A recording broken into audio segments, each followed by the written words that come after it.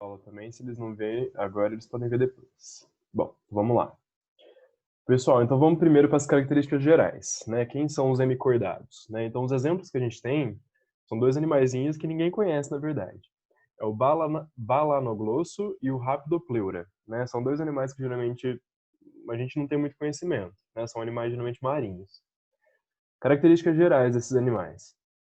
Eles são animais tubícolas, né? Então, ou seja, eles vivem enterrados na areia, geralmente em túneis formados de tubo na zona litorânea. Então, eles mesmos fazem esses túneis, né? Eles cavam esses túneis na areia. Então, eles mesmos vivem nesses túneizinhos que eles cavam. Eles são animais sedentários, né? Então, geralmente eles ficam mais paradinhos. São exclusivamente marinhos, deuterostômios, né? Ou seja, eles dão origem primeiramente ao ânus, e são celomados, né? Então, eles possuem uma cavidade revestida pela mesoderma.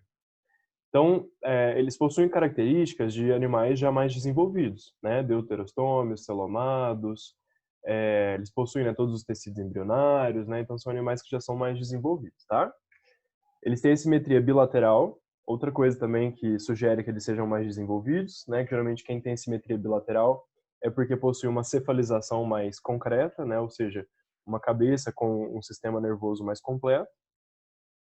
Eles possuem um sistema digestório completo também, né? Eles são animais filtradores, com fendas branquiais faringíneas, na porção superior do tubo digestório, né? Eu vou explicar mais detalhado isso aqui depois, né? Mas eles possuem boca e ânus, né? Então eles são bem completinhos no sistema digestório. A respiração deles é branquial, né? Porque eles são animais marinhos. O sistema nervoso deles ainda é meio primitivo, né? Não é tão complexo, né? Eles possuem cordões dorsal e ventral, né, que se unem próximo à cabeça formando um anel. Igual a gente viu também, por exemplo, no equinodermo, que era mais ou menos assim. E a reprodução deles é sexuada e assexuada, né? Então, eles têm as duas formas de reprodução, só que eles são animais dioicos, tá? Existe o animalzinho macho e a fêmea. Bom, então essas características gerais, tá? E esse daqui é alguns exemplos desses animaizinhos, tá? Eles parecem um verme, na verdade, né? Mas não é não. Bom, e qual que é o elo desses animais entre os equinodermos e os cordados, né? Porque esses é o último filo que a gente vai estudar antes de entrar nos cordados, né? Antes de entrar lá nos animais que a gente conhece mesmo, que são os peixes, os anfíbios, répteis, aves, mamíferos, né? Então eles é um animal que faz o elo entre esses dois filos, entre os equinodermos e os cordados, né? Então as características que eles têm compartilhadas tanto com os equinodermos quanto com os cordados é que eles são deuterostômios, né? Então, a primeira coisa que eles originam, né, quando eles ainda estão como embrião, é o ânus, né? Então, essa é uma característica que ele compartilha tanto com o equinodermo quanto com cordados. Uma característica que ele compartilha só com os equinodermos é que ele possui uma fase larval, né? Tanto os equinodermos quanto os hemicordados, eles possuem uma fase larval, tá? Isso aqui é bem comum entre os dois filos. E a característica que eles compartilham com os cordados é que eles possuem essas fendas farígeas e os cordões nervoso dorsal. Tá? A gente vai ver depois nos cordados que, pelo menos na fase embrionária, os cordados apresentam essa fenda farígea e tem o cordão nervoso dorsal também. Tá? Então, são algumas características que fazem com que esses animais estejam entre esses dois filos, os equinodermos e os cordados. Bom, e as classes que a gente geralmente estuda do filo dos hemicordados é a classe do Enteropneusta e do Pterobranchia, né? Então são dois animaizinhos marinhos que a gente vai estudar. Então vamos começar primeiro pelo Enteropneusta. Bom, então ele é esse animalzinho aqui, ó, tá? Então esse aqui é um esquema simplificado do animalzinho que representa essa classe, que é o Balanoglosso. Então ele parece um verminho, na verdade, né? Ele vai ter aqui uma probóscide, tá? Que é uma porção anterior do corpo deles aqui, que possui bastante músculo, né? Músculos ciliares e longitudinais, que através de movimentos peristálticos, eles usam isso aqui para locomoção, para escavar areia. Então é como se fosse um dedo deles, né? Que eles utilizam para movimentar mesmo. Entre a probóscide, eles vão possuir uma boca aqui, um colar, que é como se fosse um pescoço, e o tronco, né, que é toda essa parte maior. No tronco, eles vão possuir algumas fendas branquiais, né, que eles utilizam para respiração, eles utilizam também um pouquinho na alimentação, e o ânus lá no finalzinho, né? Então, esse aqui é uma representação básica desse animalzinho. Então, nessa classe vai viver esses animais que vivem enterrados ou embaixo de pedras. Esses animais têm o corpo coberto de muco e dividido em probóscide, colar, né, como se fosse o pescoço, e o tronco. E a probóscide, como eu falei para vocês, é uma porção musculosa que eles têm né, mais posterior, aliás, anterior no corpo, e que serve para locomoção, para escavação, e eles utilizam isso aqui também um pouco para alimentação. A gente vai ver ainda mais para frente. Então, como que é o sistema digestório desses animaizinhos, tá? Então, vamos entender primeiro a imagem aqui, só para vocês, depois eu dou uma lida no texto aqui, ó. Vamos dar entender a imagem primeiro. Então, aqui, ó, a gente tem a probóscide, a boca fica aqui, ó, entre a probóscide e o pescoço, tá? Então, essa partezinha aqui, ó, esse buraquinho que tá aberto aqui, seria a boca desses animais, tá? Então, ele tem que meio que contrair essa probóscide aqui para abrir a boca que fica aqui embaixo, tá? Então, a alimentação deles ocorre da seguinte forma. Eles vão se alimentar de detritos orgânicos e plâncton, né? Então, ou seja, animais bem pequenininhos, microscópicos. E geralmente esse alimento ele vai ser capturado através do muco que é secretado por essa probóscide, tá? Então, essa probóscide vai secretar um muco que captura esses alimentos. A região da probóscide do colarinho apresenta um grande número de cílios, os quais são responsáveis pela condução do alimento até a região da boca. O processo de deglutição parece estar associado a uma combinação da ação ciliar e do fluxo de água para o interior da boca. O excesso de água é eliminado através das fendas farígeas, que servem apenas para essa função. O trato digestório é o reto e histologicamente diferenciado. Ele vai apresentar boca em sua extremidade anterior e ânus na posterior. A musculatura no trato é escassa, sendo o alimento deslocado principalmente pelos cílios. Resumindo tudo, eles vão liberar então esse muco através da probóscide para capturar o alimento. Eles vão meio que dar uma contraída aqui na probóscide para abrir a boca. Com o fluxo da água e através desse muco que eles liberam, esse alimento vai entrar através da boca e o excesso de água que está passando por aqui vai sair pelos poros aqui farígeos, tá? E depois disso ele fecha a boca. Ó. A boca ocluída é quando eles relaxam, né? Então ele relaxou a boca aqui e tampou o buraquinho que seria a boca deles. Então a alimentação é assim. Eles utilizam o fluxo da água e o muco para capturar o alimento, e o excesso de água que ele se alimenta aqui vai sair por esses poros farígeos, que são esses buraquinhos que eles possuem aqui no trato digestório.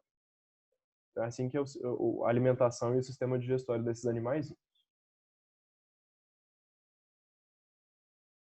O sistema respiratório.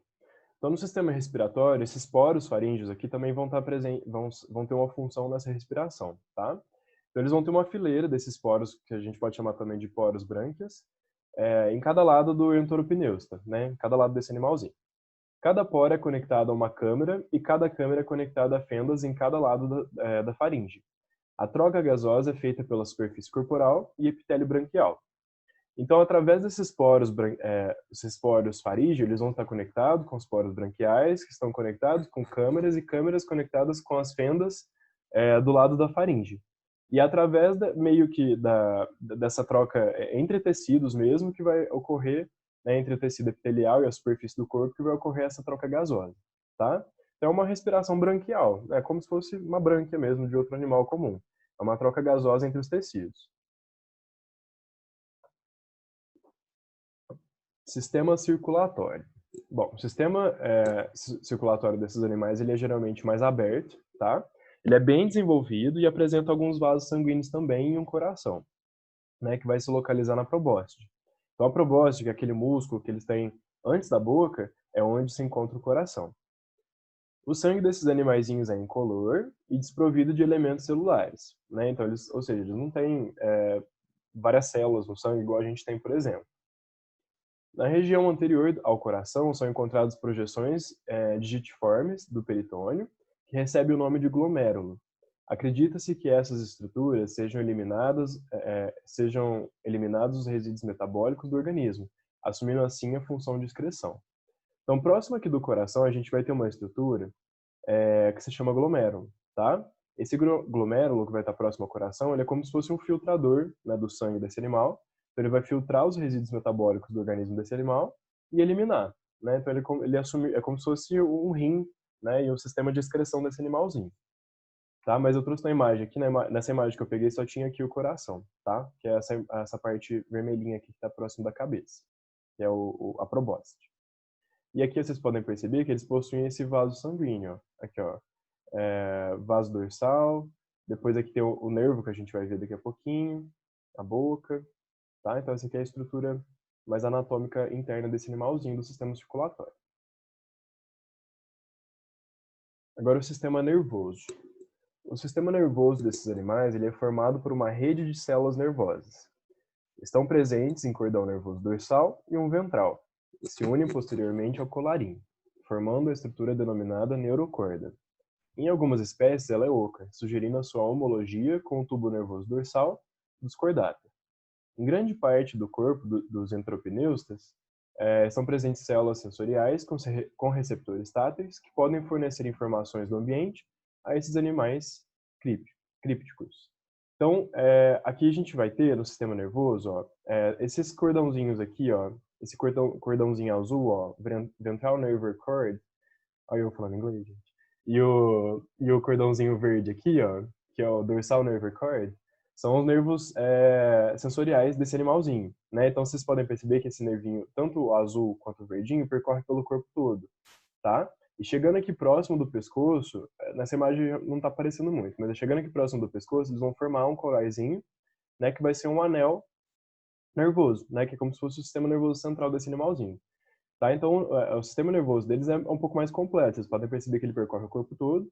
E, além disso, eles possuem algumas células sensoriais com receptores táteis que fornecem informações também do ambiente para esses animais. Tá? Então, eles possuem um sistema nervoso legal. Tá? Um sistema nervoso que traz bastante informações para eles.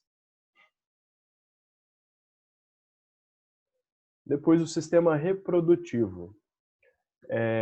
Somente uma espécie dessa classe se reproduz assexuadamente. Todas as outras vão fazer reprodução sexuada. As gônadas desses animais, ou seja, a parte sexual desses animaizinhos, estão localizadas em ambos os lados da parte dianteira do tronco. Ou seja, é na parte, aqui da parte de baixo mesmo desse animalzinho. A fertilização é externa e o desenvolvimento indireto, passando pelo estágio larval, com uma larva ciliada conhecida como tornária. Essa larva aqui, que se chama tornária, ela é uma larva também que é muito comum nos equinodermos. Eu acho que na aula dos equinodermos eu acabei não falando o nome da larva, mas esse seria o mesmo nome, tá? Tanto nos equinodermos quanto nos hemicordados tem essa larvinha que chama tornária. E aqui vocês podem perceber, ó, o sistema reprodutor desses animaizinhos está bem aqui na parte de baixo mesmo desses animaizinhos, ó. Então ele fica na parte dorsal. Então a gente fala aqui, ó, tá escrito aqui, ó, genital wings, que é como se fosse como se fosse asas, né? São asas genitais, né? Então eles liberam os gametas na água, né, próximo de outro animalzinho igual a eles. Esses gametas se unem formando o ovinho. E o ovinho vai se tornar uma larva, né, que é uma larva ciliada, que é conhecido como tornária. E depois de um tempo, essa larvinha se desenvolve na forma adulta. Tá? Então é assim que é a reprodução deles.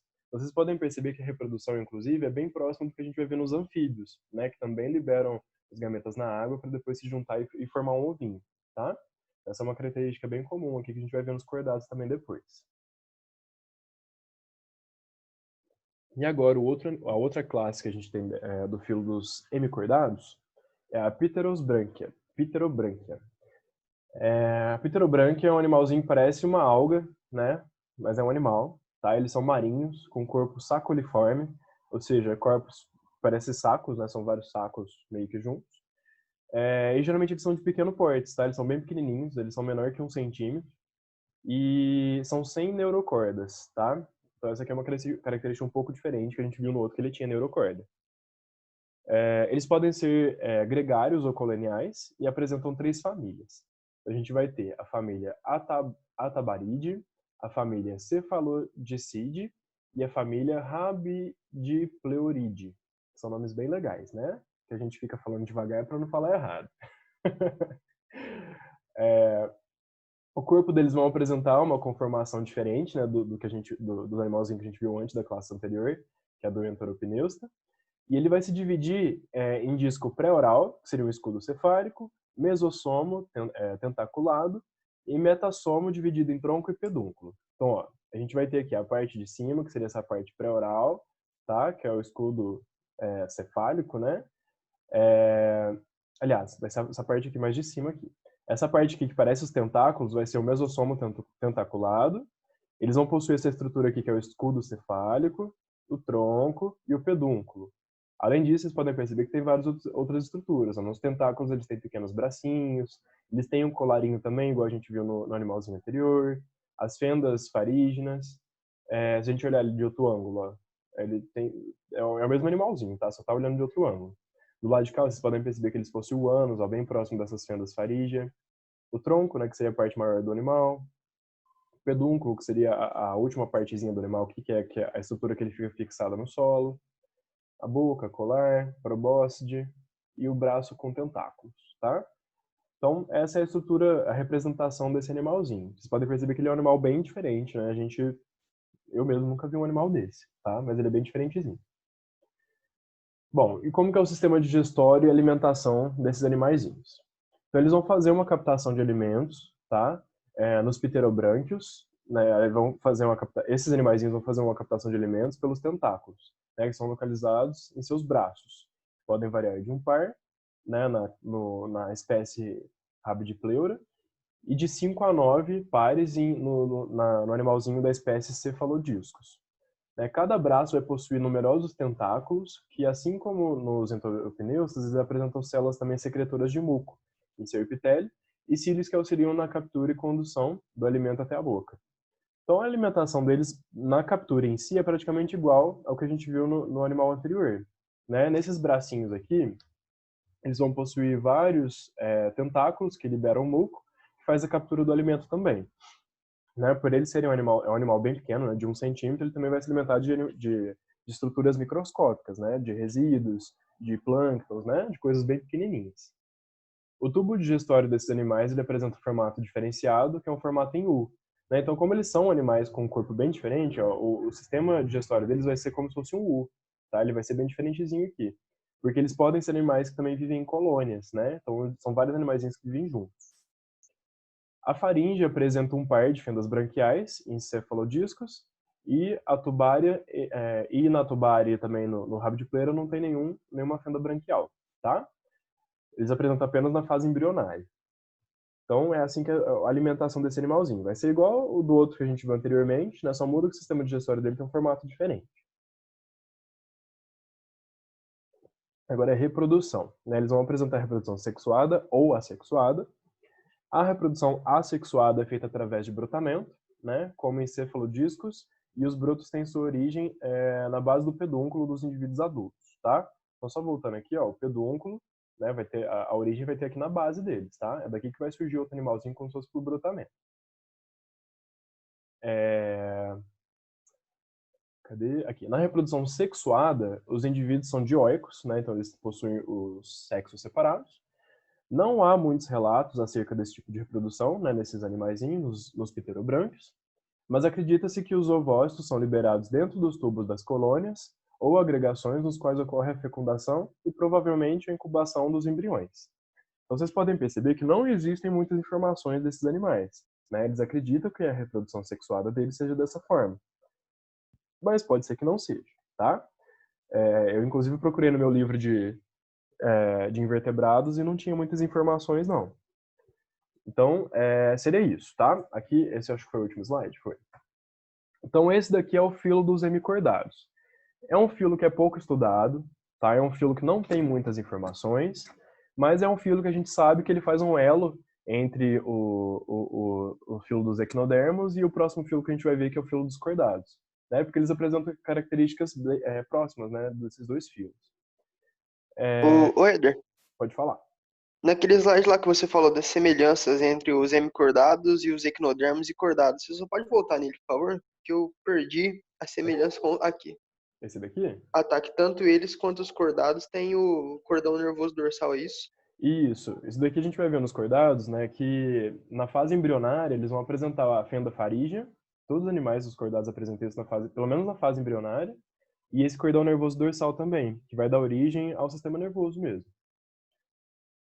Isso aqui é uma Ah, característica que tá a gente vai certo, ver na obrigado. próxima aula. Certinho, obrigado. De nada.